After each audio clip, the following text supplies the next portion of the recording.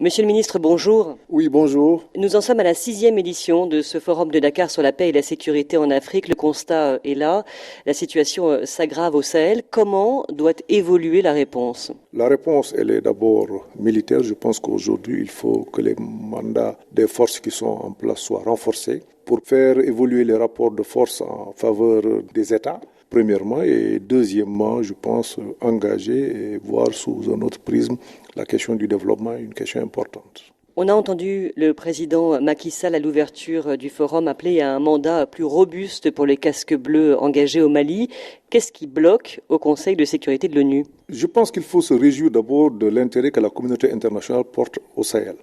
Et cela a pour conséquence de démultiplier les initiatives. Il est maintenant temps de s'arrêter un peu et de faire une évaluation et d'essayer de mieux coordonner ces initiatives. Et l'appel du président Macky Sall, c'est justement que l'on puisse renforcer le mandat des forces en présence. Et hier, il a donné des exemples précis. Nous avons aujourd'hui près de 20 000 hommes qui sont un peu stationnés dans cette zone et qui ne parviennent pas à inverser de manière durable la situation sur le plan militaire. Cela est dû certainement à l'absence de mandat clair, de mandat fort, de mandat précis qui puisse permettre à ces forces de travailler dans des meilleures conditions pour régler cette question. La coordination donc s'impose et la coordination devrait commencer d'abord.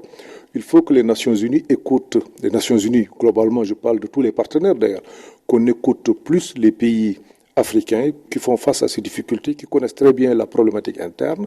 Il y a encore quelques blocages au niveau du Conseil de sécurité. Je pense que les consultations sont en cours. Le président Macky Sall a directement interpellé la Russie et la Chine. Pourquoi ces deux membres permanents du Conseil de sécurité bloquent-ils ce renforcement du mandat? Je pense que c'est à titre d'exemple. Je pense que nous connaissons la position de la France.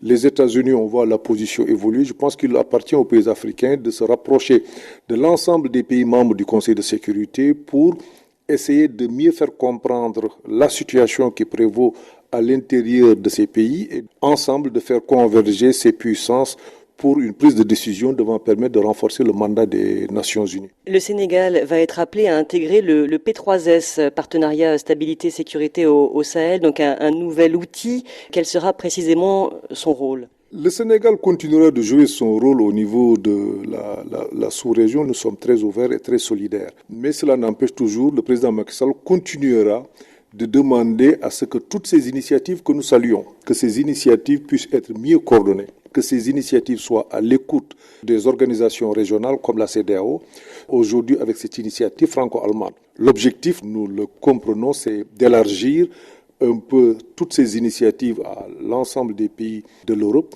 Je pense que c'est du côté africain, en tout cas pour ce qui concerne l'Afrique de l'Ouest, la CEDEAO, de notre point de vue, devrait jouer un rôle beaucoup plus déterminant en matière de coordination pour que ces initiatives puissent enfin avoir les résultats qui sont absolument nécessaires dans le contexte actuel.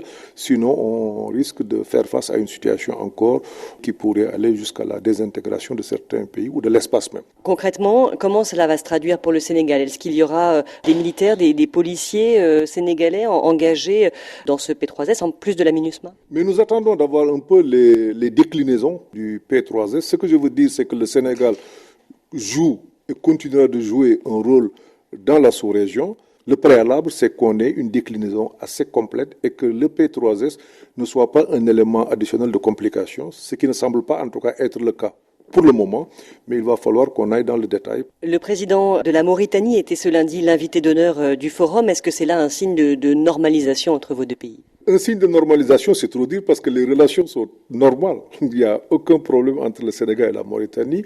Et dans certains domaines, nous montrons d'ailleurs des exemples en matière de gestion de ressources communes. Je pense à l'OMVS, qui est une organisation qui permet de gérer l'eau, de partager de l'énergie.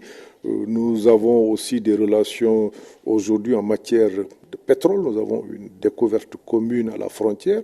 Et c'est tout à fait normal, tout à fait logique que le président mauritanien venant d'être élu, qu'il soit l'invité du président Macky Sall, un invité spécial à l'occasion de ce 6e forum. Est-ce que cela augure une nouvelle dynamique entre les deux pays? Oui, une dynamique de renforcement. Dans un contexte d'incertitude, nos chefs d'État coordonnent pour renforcer tous les jours une relation déjà exemplaire entre nos deux pays. Monsieur le ministre, je vous remercie. C'est moi qui vous remercie.